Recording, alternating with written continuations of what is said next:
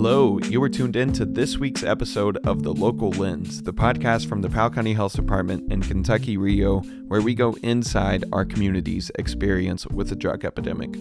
Our show is coming to you from Stanton, Kentucky, a small town nestled at the foothills of Appalachia, and on this week's episode, we are going to be going into the police department of Mount Sterling, which is a neighboring town of ours. It is a slightly bigger town, but it's not drastically bigger, and it's the home of several of our recent episodes here, so we wanted to get in and see what the policing was like there.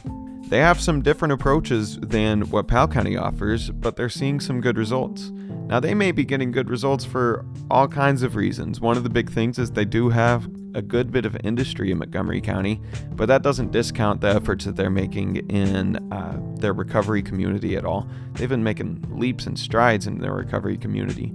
So this episode is going to be focused on the tactical side of policing. We're going to be looking at how it works. We're going to be taking a deep look at how it actually works and see some of the systems and some of their approaches. But anyways, let's go on and get into this episode. This is The Local Lens. These are our people using our voices, telling our stories, because no one sees it like we do. All right, my name is Jimmy Daniels. I'm a lieutenant at the Mount Sterling Police Department here. This May will make 18 years in law enforcement. 18 years. 18 years. There you go. So I'm actually counting, so I've got a little over 2 years and I can retire. So that's a pretty good position that I'm in right now, so pretty awesome. Yeah, you don't look to be a old person at all. But I feel it on the inside, I really do. Oh, man. Yeah. So what made you start in law enforcement? Well, all my family's from Harlan County. Okay. And growing up, you get in high school and most everybody else was coal miners. Mm-hmm. Dad was a coal miner. Grandfather was killed in the coal mines. And Dad was like, you can do it when you get out. That's what everybody in high school done when, my how old that I am. Everybody got out and went to the coal mines. And kind of pushed me away from it. Was sitting in the recruiter's office 100 times. They don't want to go into the military. What I want to do, end up moving to Richmond, went to Eastern, EKU, got into the public justice safety program there, and kind of flourished in wanting to be a police officer. Yeah. And got a bachelor's degree in police administration and started searching out, jobs and programs to be a police officer. And that's how I made it to Mount Sterling. Yeah, so you've been here for your whole career? I have. Okay, that's pretty incredible. Yeah, it's law enforcement is one of those jobs. It's totally different than when you actually get it and put the uniform on and you go to work every day. It's kind of totally different than what you're expecting. At least it was for me anyway. So, what were you expecting? Kind of crime 24/7 and pursuits and fights and I walk in the building today and Chief Landrum is topping the Christmas tree. So. Mount Sterling's always been kind of weird in the crime area. It's like, it's kind of 0 to 100. We've had bank robberies. We've had homicides. Just here recently, there's a homicide case getting ready to go to trial. Well, It was going to trial, and I think they had a plea bargain on it. But, it's been involved in the narcotics program before I got promoted. I got promoted in 2019, and I was in a really fast-paced street-level narcotic program for the police department. And I've probably been involved in hundreds of, undercover drug buys, state, and when I say street level, it's, generally speaking, the gram levels. How much are you able to talk about some of the undercover stuff with us? Sure. Yeah. Okay. Everything's pretty open, I was talking about I was involved in a really fast-paced street-level narcotic program, and what that means is you're really kind of going after the people that selling the gram levels, up to the quarter ounces. Mm. And you go out, and sometimes you need court authorization. You have to have really informants, especially in a small town. I have done undercover work before, but when you're in a small town, it's really easy to be recognized, right? Yeah. So we employ court authorized sometimes, and then people that want to come down, and we put them to work, and it's informants. They know the people in the community that's selling the drugs, and one way to do that is with the use of informants, and it's really kind of vital to that job. So you can say it. We've got some pretty high tech equipment. Really small cameras. We can hide just about anywhere. I don't know if it's the the CSI Miami age, when Yeah. you get in a courtroom, people, before they're going to, convict you, that's a pretty serious offense, right? They want to see it on camera nowadays. They want to see that hand-to-hand, the dope going, to one person and the money going to the other. And, because the stakes are high. If there's a mistake on that, then what is a term? What's a sentence for that? Well, the Class D felony is what the lower level penalty would be for a trafficking, say, lower tabs or something like that. It's a 1 to 5 prison sentence. Yeah.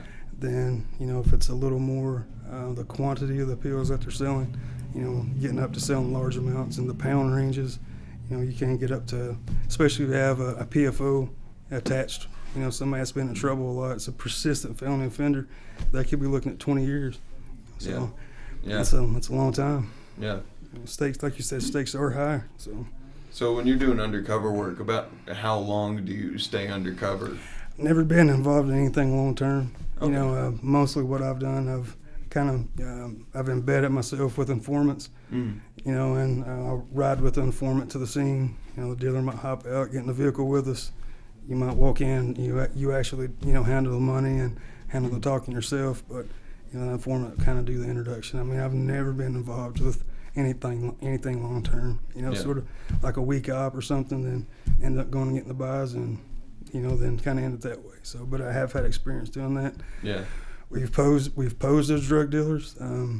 We would pose that we were the supply, and you'd have people come. I've had people come out of state wanting to buy drugs from the police. So it's they want to buy it, and then in their conversations they tell how they're going to distribute it, and that gives us reason to think that these drugs that they're buying, they're going to be distributed, so we can arrest them on the spot for trafficking. So, and I've done that several times. So it's pretty interesting. So. Yeah. Getting the people in the vehicle with you, that you've never met, that they're drug dealers because you already know who they are, right? You've pulled their criminal history, and 90% of the people that we've dealt with, they've all had pretty stringent criminal histories. You're just not surprised that they're in that type of life, So you're coming from Harlan County. So first question, have you watched the show Justified? Yeah, of course. Yeah, okay, good. Yeah. Not a whole lot of stuff is made about Harlan. I thought that was cool. Yeah, good show. And then the Brad Paisley's version of You'll Never Leave Harlan Alive. Like, I was on a track meet going down there, and our bus got lost on the way back. It's a beautiful place. It really is. It really is. Yeah, love it up there. It's not a whole lot of industry though. Like I said, people work at the hospital. They maybe can get a job as a police officer there, or they worked in the coal mines. So, the coal mines kind of out of the picture. I think there's maybe 1 or 2 operating in the area. But it's kind of a dying industry in Harlan. So yeah. What was the drug scene like in Harlan? OxyContin. Yeah. Yeah. And hired 20 in 2000, years ago, 25 years ago. Hired in 2004. Took a lateral kind of promotion here in 2007. That's when I started the street level enforcement, and it was all OxyContin. The 80s, they were selling for $100 a piece. That's what everybody, I didn't see heroin at the time. We saw a little bit of crack cocaine, a little bit of cocaine, but it was all about the 80s. And then I guess that's about the time Purdue Pharma started having their problems. And then it all kind of switched to the Florida pain clinics. Because the only thing OxyContin is, it's a brand name of oxycodone, and their claim to fame, I guess, was that it was a time release. And what people would do, they just stuck it in their mouth and licked the coating off, and then it's just oxycodone. Then for years, probably about at least a 5-year time frame, it was the Florida pill mills. It was all cash business. They get a carload of people, drive to Fort Lauderdale, drive to Hollywood. And there's 4 or 5 other places, that people commonly went here. And they bring back 180 30s, 90 15 milligrams, and 90 Xanax bars for each person. And we were just inundated with the Perk 30s. It was a huge problem. Yeah. Then, once everybody gets caught up to what the problem is, then, the federal government, the DEA starts getting involved. Then slowly that starts shutting down and starts to really have an impact with the doctors. They're prosecuting doctors regularly. And then after the supply was limited, and then that's when we started seeing heroin. because people obviously still have the opiate addiction problems, right? The government's really putting pressure on the pharmacies and the doctors and the pill mills, so that problem was slowly being shut down. But the addiction was still there, and the money that could be made from that addiction was still there. So we started seeing the influx in heroin. Then you start seeing the influx of fake 30s. They look just like a prescription 30, but it's pure fentanyl, you know. Then that's kind of where we are now. Then really, really cheap crystal meth. As I guess about a 2-year time frame, we were experiencing, you know, they were finding meth labs on the side of the road that were still smoking, you know, were still active. The generator was still active. So the police department and the sheriff's office formed a meth lab team to assist the state police in cleaning up. Then that was about a 2-year ordeal. And, you know, I don't know if you know the difference. You know the difference in like a shake and bake meth and like crystal meth? I do not personally know. So you get the shake and bake meth. It kind of looks like a dirty white cocaine. That's what it produces because of the skill level and the relatively easy way to do it, I guess. But the Mexican dope, the crystal, it's the cartel dope, I should say, coming from Mexico. They, you see crystal methamphetamine, it's coming from Mexico. 95% chance, I would say, because that's lab produced. That's lab quality crystal methamphetamine. 90% pure. So that's the difference. So when that comes from Mexico and it's coming from a lab, is that just like looser regulations in Mexico? You know, Breaking Bad? Yeah, just that. It's just like that. Yeah. So are you telling me that Breaking Bad is pretty accurate? It's pretty accurate. That's incredible. It really is. Yeah. So, I mean, it's a lab, a chemist, you know, producing pounds of crystal meth. You know, that's how it works, man. Yeah. You know, and especially having, you know, it all depends supply and demand, right? Say the cartels, it's a $1 billion industry, right? They have the money, they have the know-how, and they have what's more important, the will to get across the border, right? So if it's easier to get across the border, then there's going to be the demand's going to be not as much because there's going to be a lot of it, right? Then the price is going to go down. So you're going to have really, really dangerous, pure forms of these drugs that's cheap now. So, and it's, you know, just the snowball just keeps rolling. So, that's what it seems like. Like you walk down a chain over 2 decades where I'm thinking of like a water balloon. If you press on one side of the water balloon, the other side expands and it just swells up over there, and it just keeps moving around. And in law enforcement, you see the effects. You see the effects of having that many people from that long of having a really strong opioid like oxycodone that easily available, right? And then you get that many people addicted, and then when the supply goes away, like I said, then they're trying to find something else, which heroin is an opiate, right? So then one of the problems that we had, especially when I was working the street level dope, is you have the dealers here, or the users, and they had contacts in Dayton. Then they have contacts in Cincinnati. That's 2 places we've historically had a very big problem out of, because they go to the city and they buy 3-4 ounces of what they believe is heroin for a cheap price, bring it down here to a town like Mount Sterling where there's a big demand for it, and they cut it up and they're tripling or quadrupling their money, put a cut on it. But now in the last 3 years, right, we've had an influx of overdoses from opiates, and it's that illicit produced heroin they're probably getting it not that strong anyway. So another dealer is cutting it with the illicit fentanyl, trying to make it a little bit stronger, right? And this is not a lab. And how they mix it up, they'll throw it in a bag and just mix it up with their fingers, and they're considering that good. So that's where the overdoses come from, a lot of it. Because people buying what they think is pure form heroin, then it's cut with fentanyl or acetylfentanyl or and you hear people say too that they're looking for fentanyl, like when people want a little bit of that at least, but it's just you don't know what you're getting. Yeah, no, you have no clue. And we are no strangers to fentanyl in our area. So all of this overdosing has led to this drug called naloxone being pushed out, and we call it Narcan a lot of times. That is a drug that stops an opioid overdose in its tracks. I remember when they first released the naloxone, you know, it reverses the the opiate overdose. And I mean, probably everybody in this building that works here has at least administered Narcan to someone, and it's an amazing drug. I mean, I don't know who come up with it, but it's saved a lot of lives. Between us and the sheriff's office and the paramedics, I mean, it's been used hundreds of times these last couple of years, so it really has. So, yeah, and I mean, on like a regular basis. So one argument against Narcan that you hear a lot is that, like, insulin costs money to people. Narcan is given out for free a lot of times. Somebody's paying for Narcan somewhere else, but we're getting to distribute it here for free. Right. What's your response to hearing that?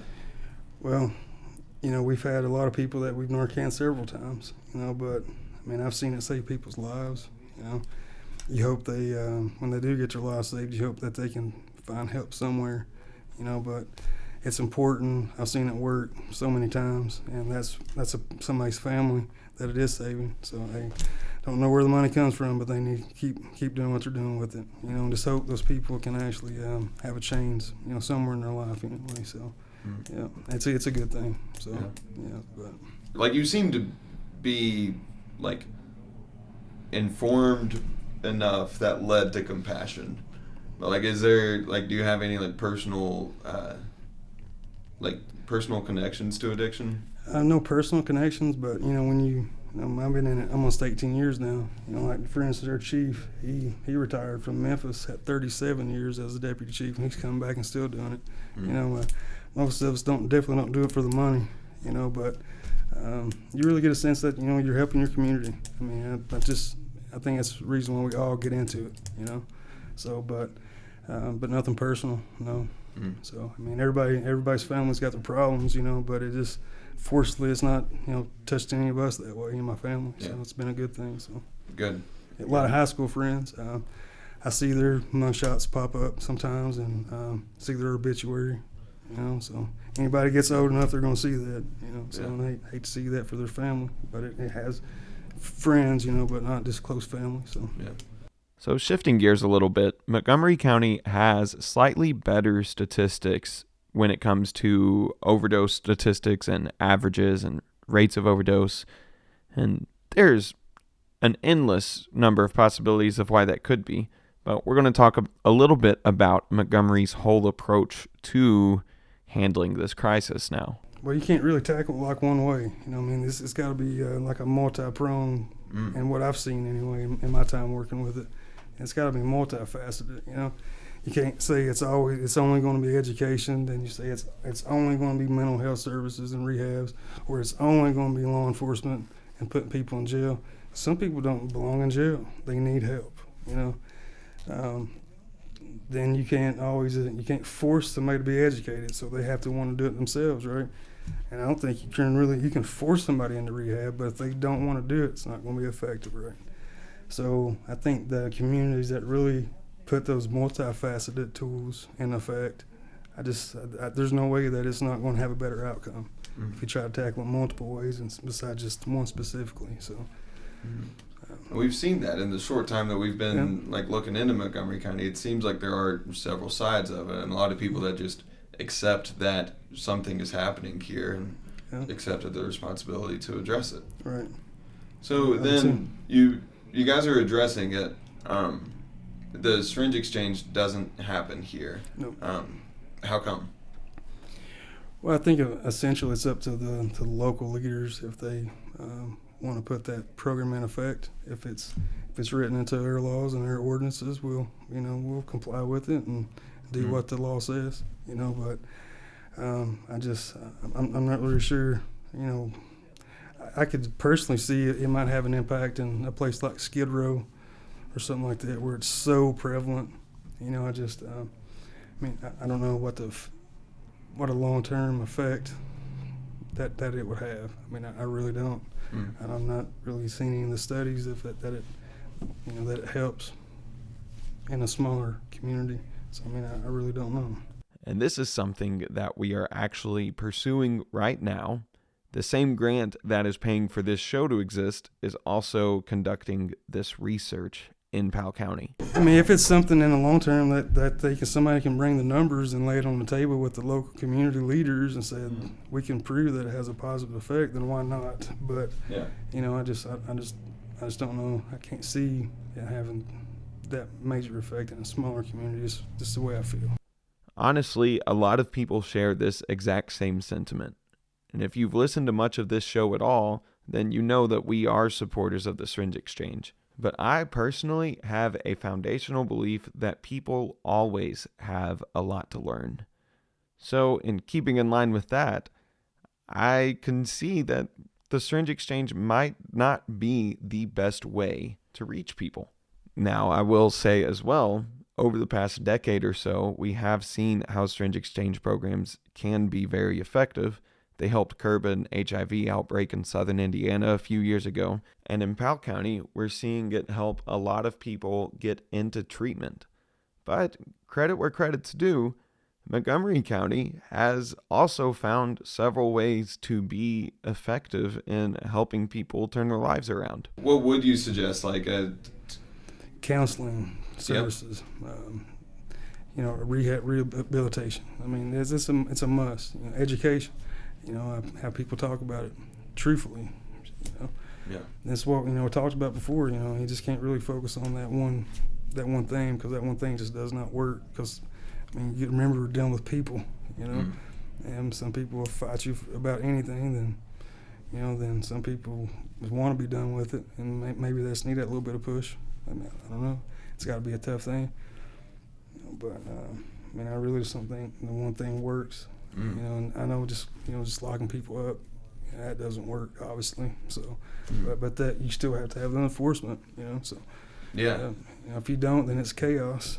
So. That may be one of the biggest lessons you can get from hearing this show, is that you have to be approaching addiction from all kinds of different angles and perspectives, because it does affect a lot of our community. It affects a lot of people's lives in a lot of different ways. So if you're going to get past it, you have to approach it from several different angles in several different ways. You mentioned this earlier a little bit, police department's role, like not everybody belongs in jail, but you have to have the enforcement. What do you see your role in, like, to one specific person who's in addiction? What do you see your role to them? We always offer, to try to steer them in the right direction. I mentioned earlier about working with confidential informants, right? We've had several that, we always work with the prosecutor's office to make sure everything's legal, Then sometimes it may be for charges or something like that, for trouble they got into, right? And we have offered, and a lot of the agents from a couple, different agencies that we worked with, we've got several people in rehab, and they wanted to do it, and we helped them with that, and they'd come out, and still in communication with, a couple people we worked with 10 or 12 years ago, I still talk to. They're doing good. So I think that's a huge win, right? Absolutely, yeah. If you have more of that, it's not always a happy ending, but the ones that want to help, we have absolutely helped them in the past. So. Well, that is the end of our episode this time around. Thank you all for joining us for this episode of The Local Lens. We had a lot of really good information on this. Policing in this area would be a really tough task because of the prevalence of drugs makes that one of the biggest things that you have to deal with, and it's really good to know that they're using pretty sound tactics. It seems like they're going for the people that are selling a lot, and it seems like they have a good understanding of what their role in the whole process of it is. It seems to be a very hard job, and I am very glad that I'm not the one that has to do it. So thank you to all of our policemen and women in this area. You guys are doing great work. Keep it up. Appreciate it. And thank you to Lieutenant Jimmy Daniels for coming on our show and sharing your experiences with us. It really helps add to this collective knowledge we're trying to build about this. I would also like to thank WSKV for broadcasting our show, and also a big thanks to the Powell County Health Department and Kentucky Rio for funding the show. This is The Local Lens. These are our people, using our voices, telling our stories, because no one sees it like we do. And here we've got an extra little shout-out clip to actually close this episode out. I've knew Chief Lacey for several years. So Yeah, let's give a good shout out to Chief Lacey. We'll see. Chief Lacey, if you're listening to us, I just want to say what's up. So, Sounds good. Well, that's a fine place to cut it off at, I believe. Cool. All right. Thank you.